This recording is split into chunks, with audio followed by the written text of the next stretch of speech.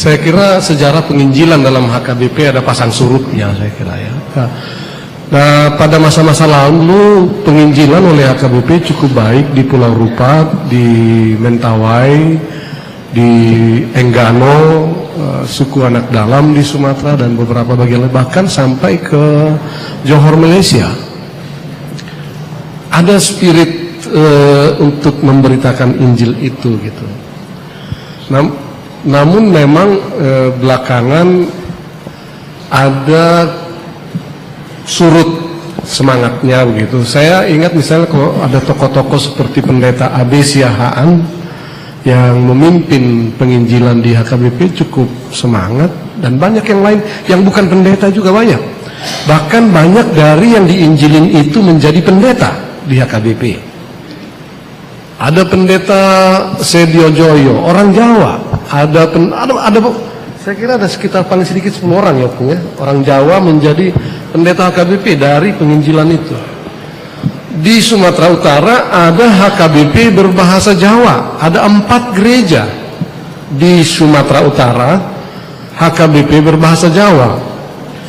Kira-kira 4 bulan yang lalu saya mengunjungi salah satu dari gereja itu. Saya mengunjunginya di Medan.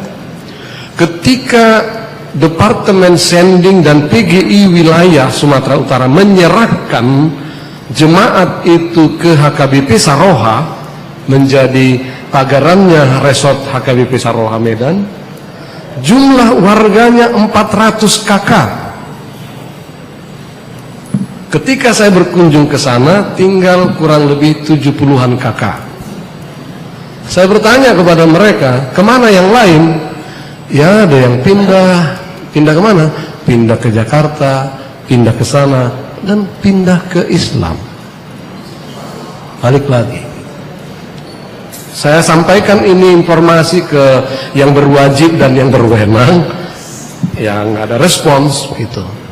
Tapi yang saya katakan tidak fair kalau mengatakan HKBP nggak injili. HKBP sangat misioner, sangat injili. Tapi memang ada pasang surut dalam periode-periodenya. Pertanyaannya adalah apa penyebabnya, itu tadi pertanyaan. Banyak faktor. Saya masih ingat misalnya ketika Pak Nababan menjadi Eporus, beliau punya istilah yang sangat populer yang sampai sekarang saya selalu sampaikan kepada angkatan lebih muda. Waktu itu beliau katakan CBC plus gitu, istilahnya. Yang pertama C, cegah, artinya warga jemaat ini dicegah supaya jangan keluar, supaya jangan pergi keluar dari HKBP, cegah.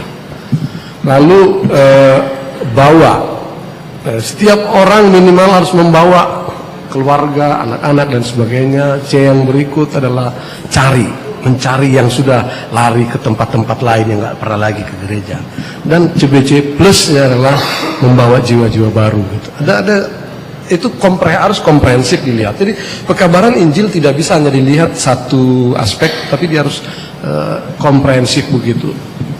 Nah, ini yang mungkin tidak terlalu baik jalan dalam periode tertentu. Saya nggak mau, karena saya tidak pernah terlibat dalam kepemimpinan yang top di HKBP gitu, bisa jadi dianggap menghakimi. Tetapi secara umum saja, tidak dalam menilai HKBP-nya, tapi gereja-gereja secara umum ada banyak penyebabnya.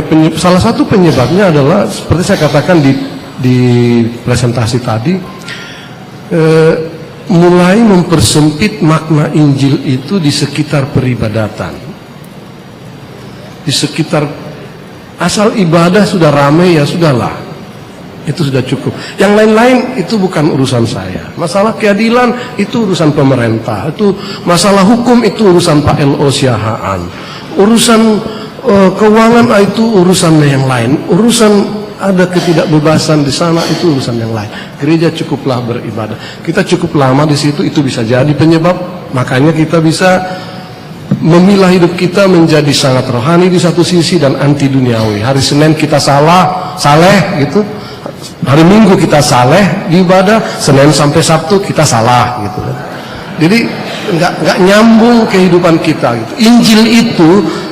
Injil tidak terabsorb dalam hidup kita. Injil hanya ada dalam kulit luar hidup kita di ibadah itu. Jadi perlu sebetulnya sekarang penginjilan untuk internalisasi bagian dalam dari kehabatakon kekristenan kita itu. Itu sebabnya buat saya sangat menarik ketika menulis selamat datang di gereja bukan di pintu masuk, tapi di pintu keluar. Supaya kita, jadi gereja, selamat datang ke gereja tidak ketika kita masuk diucapkan, tapi di pintu keluarnya justru selamat datang di gereja. Karena ketika kita keluar itulah kita menjadi gereja. Karena kan Kristus bilang, upah diri hamu asalau hamu marparbue. Jadi gereja itu ketika kita keluar dari sini. Saya selalu usulkan ke beberapa teman, bikinlah di pintu keluar itu selamat datang ke gereja. Justru ketika keluar gitu. Supaya Injil itu terabsorb dalam seluruh aspek hidup kita, dan itulah penginjilan yang paling hakiki. Saya kira itu juga yang dikerjakan oleh kawan-kawan di WPI, yang makanya bekerjanya tidak hanya, beliau katakan tadi, tidak hanya dengan gereja, tapi juga dengan seluruh elemen masyarakat bekerjanya. Karena di situ gereja hadir. Itu yang saya sebutkan tadi, di mana gereja hadir, di situ mesti hadir daya penebusan Kristus gitu. Nah, ini perlu dipelajari. Tetapi ada juga penyebab lain. Banyak sekali gereja-gereja kita sekarang sibuk dengan persoalan-persoalan internal, dan itu nggak pernah habis. Jadi sekarang pemilihan eporus atau pemilihan bisop atau pemilihan ketua sinode, sibuklah untuk itu. Kemudian sesudah terpilih sibuk mengatur, menempatkan teman-teman saya di dan gitu ya. Tahun pertama, tahun kedua udah sibuk lagi mempersiapkan siapa calon pimpinan berikut. Ini terjadi di banyak gereja. Di banyak gereja terjadi, nggak pernah selesai-selesai. Apa yang disebutkan oleh Pak L.O. Siahaan tentang aturan-peraturan ini juga nggak pernah tuntas. Kalau ini saya berani katakan, di HKBP juga kita nggak pernah serius berbicara tentang aturan-peraturan. Tambal sulam kita bikin aturan-peraturan kita. Kristologi kita nggak jelas. Jadi gimana mau menginjili gitu? Di DPR sana bikin satu undang-undang itu nggak bisa tanpa sebuah naskah akademik untuk undang-undang itu. Lah kita bisa mengusulkan sesuatu di aturan-peraturan tanpa sebuah kajian kristologi. Asal muncul aja dipikirin, masukkan di aturan gitu. Maka check and balance yang disebutkan oleh boro-boro check and balance Pak Siahaan. Banyak hal yang di dalamnya juga, termasuk juga istilah kristologi. Kristologi itu sebetulnya apa yang ada dalam kepemimpinan kita. Kristologi itu kan nilai-nilai. Kalau kita bilang sekarang HKBP berdasarkan kristologi bukan demokrasi, itu aja udah rancu. Bagaimana demokrasi diperhadapkan dengan kristologi? Demokrasi itu kan sebuah sistem pemerintahan. Kristologi itu bukan sistem pemerintahan. Ya masa Kristus datang sekarang mengangkat kita jadi pimpinan? Kan enggak ada itu sistem pemerintahan. Kristologi itu sebuah nilai-nilai. Di dalam demokrasi kristologi bisa diterapkan kalau nilai-nilai Injil itu ada.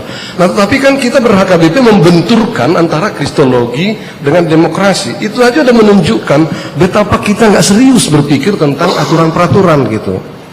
Maka saya sepakat sekali dengan Pak L.O. Siahaan tadi. Ketika keadaan seperti ini kita membutuhkan kode etik. Tapi tidak hanya kode etik, kita membutuhkan mahkamah etik juga. Siapa sekarang yang bisa mengadili, katakanlah dalam tanda petik positif, mengadili kebijakan pimpinan misalnya? Itu kan bisa dicek sebetulnya lewat kalau ada kode etik dan mahkamah etik. Tapi itu kan tidak ada. Jadi banyak di aturan-peraturan kita dan diskursus kita menjadi tambal sulam begitu karena tidak didalami oleh sebuah pendasaran yang kuat dulu dengan sebuah kristologi yang benar tentang eklesiologi kita nggak jelas gitu. Gereja itu apa? Sikat ni Kristus dalam sikat ni Kristus itu sebetulnya bukan person. Sikat ni Kristus menurut saya adalah gereja. Ketika pendeta berkata sikat ni Kristus dalam medok Tuhamu dalam perjamuan kudus misalnya, hanya bisa dikatakan ketika pendeta itu diutus oleh gereja. Jadi tidak ada pendeta yang bisa mengatakan itu kalau dia ada di luar gereja. Dia sebagai gereja dia berbicara itu gitu. Jadi kalau menurut pemahaman saya, Sikatni Kristus itu gereja. Kalau ada orang-orang di dalamnya, pendeta adalah Sikatni Kristus, sama sebangun dengan warga jemaatnya juga Sikatni Kristus. Kalau kita mau pakai itu gitu. Jadi semua tubuh gereja itu, ya itu Sikatni Kristus. Semuanya yang ada di dalam gereja. Jangan kita jadi Eporus nanti Sikatni Kristus atau jadi preses semata gitu. Eporus Sikatni Kristus, ya sama seperti warga gereja yang lain juga Sikatni Kristus. Karena gereja lah tubuh Kristus, kan begitu mestinya. Nah kalau itu didalami seperti itu, maka pekabaran Injil juga tugas semua orang. Tidak hanya tugas dari pendeta, tidak hanya tugas dari seksi marturia dan sebagainya. Nah lagi-lagi ini juga berhadapan dengan kita ya, soal struktur kita. Misalnya tadi juga muncul koinonia, diakonia, marturia. Ketika kita dipilah, boleh saja dipilah, bisa saja dibedakan, tapi tidak bisa dipisahkan total itu. Koinonia, diakonia, dan marturia itu adalah satu kesatuan. Problem kita di HKBP adalah ketika membuat itu menjadi terdepartemental, menjadi sangat terdepartemental, nggak ada yang salah dengan itu. Dia menjadi salah kalau Eporus dan Sekjen tidak mampu menjahitnya. Ketika tidak mampu menjahitnya, maka masing-masing departemen ini akan jalan sendiri-sendiri, akan ada ego sektoral, dan itu yang terjadi sekarang. Dan saya khawatir kalau itu terjadi di pusat, di Huria juga akan terjadi. Semoga di Kebayoran tidak. Semoga di sini tidak terjadi semacam ego sektoral di antara koinonia, diakonia, marturia.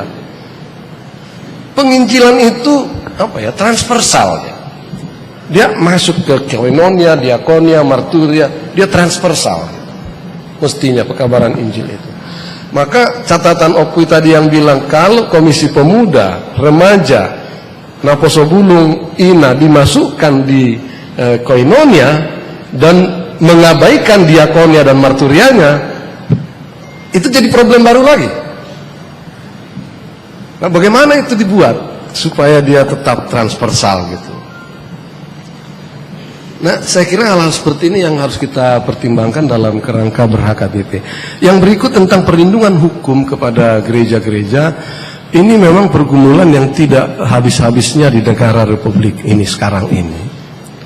Ketika intoleransi makin berkembang sekarang dan banyak warga kesulitan mendirikan rumah ibadah. Nah, di mana PGI pada saat seperti ini? Pertanyaannya adalah Bapak Ibu mesti paham yang namanya PGI ini tidak punya alat pemaksa di Republik ini. Yang memiliki alat pemaksa di negeri ini adalah menurut hukum polisi, tentara, jaksa, dan sebagainya. Jadi berbagai upaya telah kita lakukan, tetapi tidak semuanya berhasil. Ada yang berhasil, ada yang tidak. Tadi dikasih contoh oleh saudara kita, misalnya GKI Yasmin, boro-boro PGI, yang namanya Presiden Jokowi aja nggak mampu.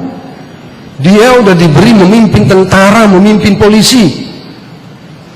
Jokowi itu dipilih untuk memimpin seluruh republik ini, dia aja nggak mampu. Apalagi yang namanya PGI. Kadang-kadang kita berpikir gimana ya, segala hal telah kita lakukan untuk itu. Perjumpaan dengan Kapolri, dengan Mendagri, baru 2-3 minggu lalu kami bertemu dengan Menko Polhukam. Hal ini kami sampaikan kembali, termasuk kepada Presiden Jokowi sendiri, bukan sekali 2 kali.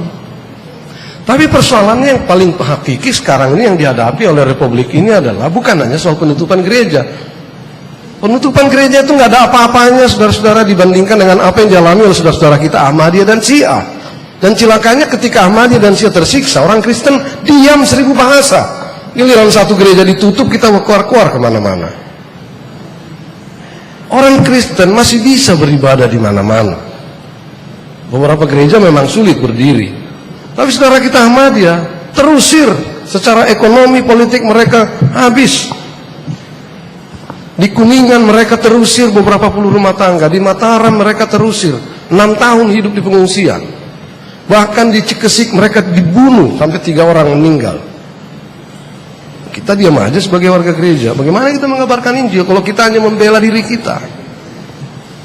Nah, di mana kita? Kalau PGI bergerak di situ, termasuk sampai ikut berdiri membela agama Ahmadiyah, Syiah dan sebagainya. Gereja juga kita perjuangkan, tapi ya itu hasilnya yang seperti itu sekarang. Mari kita sama-sama ke Istana Negara, rame-rame. Apa harus begitu?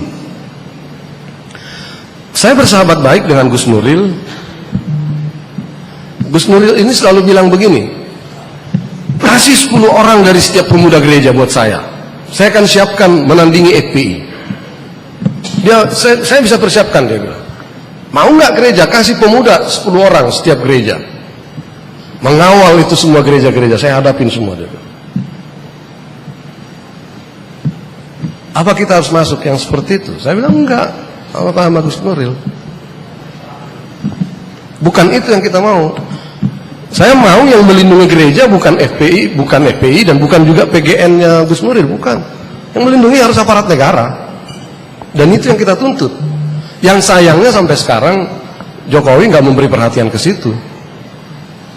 Itu sebabnya ketika media bertanya kepada saya tentang pembangunan usul Jokowi membangun terowongan antara Masjid Istiqlal dengan katedral sebagai terowongan kerukunan, saya bilang itu omong kosong. Kita nggak butuh itu. Yang kita butuhkan jembatan kerukunan di mana setiap orang terlindungi haknya untuk beribadah. Itu simbol-simbol yang seperti itu udah terlalu banyak, saya bilang. Dan media memuat. Artinya kita bersahabat dengan pemerintahan ini, tapi pada saat yang sama kita juga harus kritis terhadap pemerintahan ini yang sekarang. Saya harus katakan di hadapan publik, saya katakan Jokowi tidak lakukan apa-apa untuk penegakan HAM. Di Papua orang masih banyak ditembakin setiap hari, sampai sekarang masih berlangsung. Pembangunan ekonomi ya jalan di Papua, pembangunan infrastruktur ya jalan, tapi penegakan HAM tidak. Janji saja sampai sekarang penegakan HAM. Dan saya katakan itu di hadapan publik. Dan PGI saya kira harus berani mengatakan itu juga. Nah, bagaimana dengan yang menjelek-jelekan gereja, menista Kristus gitu ya? Itu juga tadi pertanyaan. Terhadap ini mungkin kita berbeda pendapat ya dengan beberapa. Ada paling sedikit gagasan yang mengatakan itu harus diajukan ke pengadilan dan sebagainya. Karena kalau Ahok dan Ibu Meliana di Medan bisa diinikan dengan undang-undang penodaan agama, kenapa juga orang-orang yang lain yang menodai agama Kristen tidak diapa-apain? Lalu dipaksalah PGI harus ikut mengadukan ini. Saya katakan begini, PGI itu ikut mengajukan judicial review supaya Undang-Undang Nomor 1 PNPS tahun 1965 itu dicabut. Undang-Undang Nomor 1 PNPS 1965 itu adalah dasar dari blasphemy law yang kemudian diangkat menjadi pasal 156 di Undang-Undang di KUHP kita. Atas dasar itulah orang yang menodai agama bisa dihukum. Ahok dijerat di situ, Meliana dijerat di situ. PGI tidak setuju adanya undang-undang itu. Kita ajukan Mahkamah Konstitusi, tapi kita kalah. Mahkamah Konstitusi katakan itu sesuai dengan Undang-Undang Dasar 45, dan oleh karenanya diteruskan. Walaupun dari Mahkamah Konstitusi tetap ada perintah kepada, waktu itu Ketua MK-nya adalah Mahfud MD, ada perintah kepada DPR untuk memperbaiki undang-undang itu gitu. Tapi sampai sekarang tidak dilakukan. Nah, kalau kita tidak setuju dengan undang-undang itu, apakah kita layak menggugat orang yang menghina agama Kristen dengan menggunakan undang-undang itu? Kita konsisten dong. Itu satu hal. Tapi di sisi lain juga, apa Kristus butuh dibela? Anda yang butuh dibela oleh Kristus atau Anda yang harus membela Kristus? Itu pertanyaan yang paling mendasar menurut saya. Kalau saya berpikir Kristus yang membela kita. Kristus nggak membutuhkan pembelaan. makin dibabat, makin merambat. Jadi tidak perlu khawatir tentang itu. Tetapi yang ketiga yang tidak kalah pentingnya juga, kita harus memperhatikan aspek sosiopolitik di negeri ini. Makin ini kita bawa ke pengadilan, itu akan makin diinginkan oleh yang membuat pengaduan itu. Sebab Anda bisa mengawal pengadilan dengan 10.000 orang Kristen setiap hari hadir di pengadilan, pada saat yang sama ratusan ribu orang dari luar sana akan datang mengimbangi itu. Jadi pengadilan akan selalu ramai setiap hari dan itu kaos. Itu bisa terjadi juga. Undang-undang penodaan agama ini sangat absurd karena setiap agama bisa dituduh kepada penodaan agama. Ketika saya mengatakan Kristuslah satu-satunya jalan ke sorga, di luar Kristus tidak ada keselamatan, itu sudah menodai agama lain. Bisa dituduh juga itu menjadi penodaan terhadap agama lain. Artinya menjadi sangat absurd lah. Apalagi apakah negara dalam hal ini pengadilan harus masuk ke dogma internal agama? Undang-undang penodaan agama, apanya yang dinodai? Berarti dia teologinya. Berarti pengadilan akan berteologi. Berarti negara berteologi. Padahal mestinya negara cukup mendasarkan dalil-dalilnya terhadap konstitusi dan undang-undang, tidak atas dasar kitab suci. Nah, yang terjadi sekarang dengan penodaan agama ini, negara mendalilkan kebijakannya kepada kitab suci. Hukuman terhadap Ahok dan hukuman terhadap Meliana pada akhirnya kan berdasar tafsiran kitab suci, bukan berdasar konstitusi. Kalau dia mengganggu ketertiban, nah itu baru boleh, tapi ini kan enggak. Nah, ini problem-problem yang kita hadapi di negara ini, yang kita semua harus bekerja keras untuk menjaga tegaknya hukum di satu sisi, dan di sisi lain memperkuat pemerintahan yang sedia tegak membela konstitusi dan bukan hanya membela konstituennya. Yang terjadi sekarang kan pemerintah kita takut sekali kepada konstituennya sehingga mengabaikan konstitusi. Itu yang terjadi dengan Yasmin. Wali kota Bogor itu nggak ada dalih apapun, itu sudah memiliki keputusan Mahkamah Agung yang ingkrah bahwa mereka harus. Tapi wali kotanya ganti mematuhi hukum dan konstitusi, dia lebih mendengar konstituen yang ada di sekitarnya, yaitu masyarakat yang keberatan adanya gereja. Dan di berbagai tempat terjadi yang seperti ini. Kita dengan keras menentang ini semua. Ya, saya sendiri terus terang beberapa kali hadir dalam ibadah di depan istana. Banyak orang nggak setuju dengan itu. Saya hadir di sana bersama dengan PK Yasmin dan HKBP Philadelphia. Saya hadir di sana. Saya hadir ketika HKBP Philadelphia untuk pertama sekali dilarang beribadah di Bekasi. Saya ikut di situ. Cuman kan saya nggak punya senjata untuk nembakin orang-orang itu semua. Dan kalaupun saya punya senjata, apa iya saya harus tembakin itu semua? Ini perjuangan yang belum berakhir, masih dalam proses perjuangan. Dan bapak-bapak, ibu-ibu, saya tahu bapak-bapak dan ibu-ibu sebagian besar adalah Jokowers. Doronglah Jokowi untuk ini bersama-sama. Dari semua, mari kita dorong beliau. Saya sangat hormat kepada beliau sebagai seorang presiden yang sudah membawa perubahan yang begitu besar bagi negeri ini. Beliau sudah membawa harapan yang begitu besar bagi negeri ini. Tetapi terhadap hak asasi manusia dan terhadap kebebasan beragama, beliau belum sentuh sampai sekarang. Dan ini keprihatinan kita. Saya berharap ini tahun depan menyusul, itu harapan saya. Tapi kan tidak akan kalau kita tidak bersuara. Kita harus bersuara untuk beliau tanpa harus menciderai wibawa beliau sebagai presiden. Kita harus bergerak bersama tanpa harus memberi peluang bagi lawan-lawan politik beliau untuk menggunakan ini menjadi sebuah senjata untuk justru menjatuhkannya. Kita ada pada posisi yang seperti itu sekarang ini. Yang berikut soal pergumulan yang paling banyak di PGW wilayah. Saya banyak melakukan perjalanan ke PGW wilayah adalah minimnya guru agama Kristen di sekolah-sekolah. Dan yang dilakukan oleh banyak sekolah-sekolah adalah mencoba meminta nilai dari gereja. Dan gereja tanpa melakukan pengajaran, memberi nilai, biasanya langsung 9 atau 10 gitu. Tetapi di sekolah, ternyata di sebagian besar sekolah, nilai yang dikasih oleh gereja itu maksimum dibikin itu C. Jadi rata-rata C orang-orang Kristen untuk bidang agama. Nah, apa yang harus kita perjuangkan?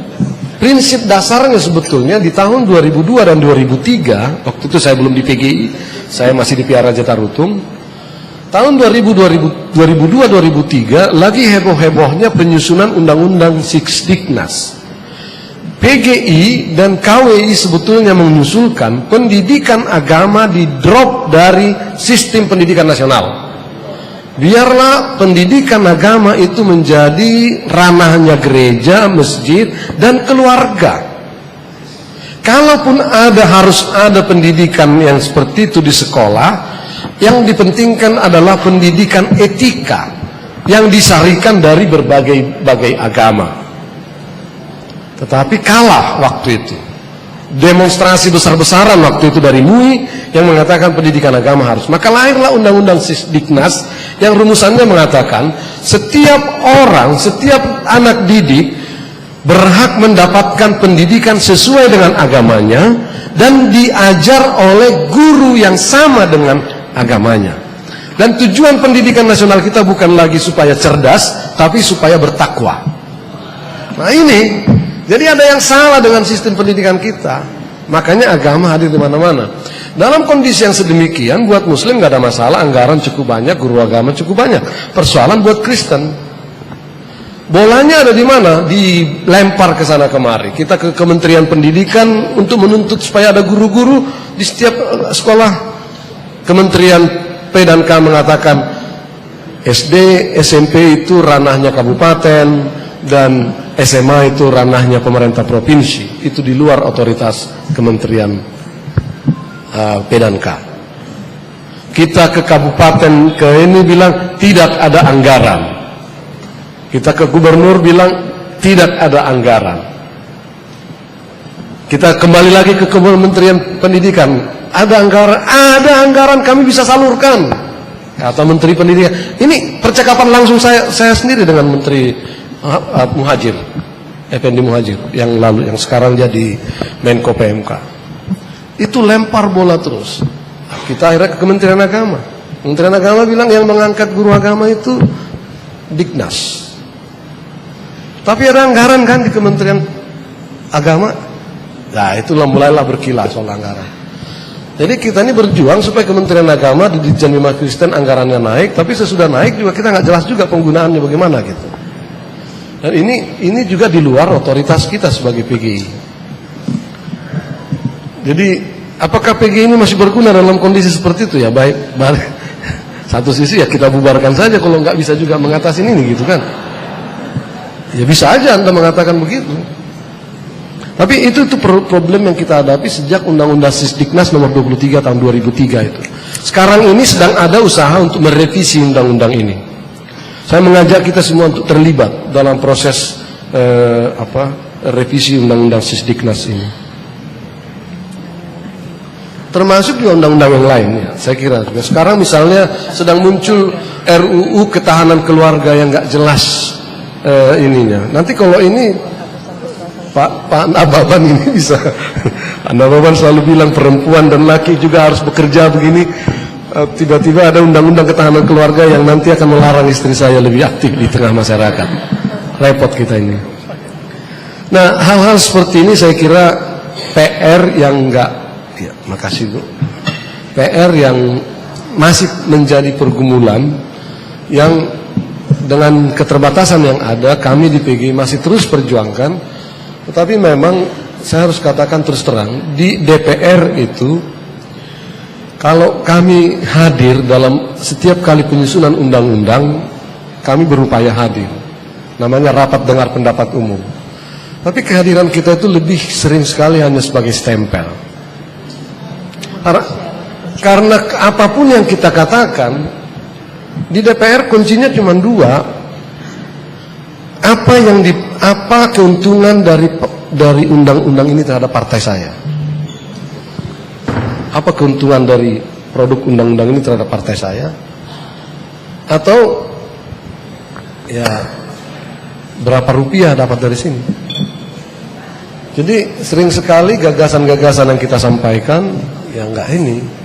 Cukup banyak anggota-anggota DPR yang Kristen juga sangat prihatin. Mereka juga dalam percakapan-percakapan dengan kita di PGI memahami betul apa yang kita sampaikan ya, tapi mereka juga sering sekali tidak berhasil memperjuangkannya gitu di dalam produk undang-undang kita.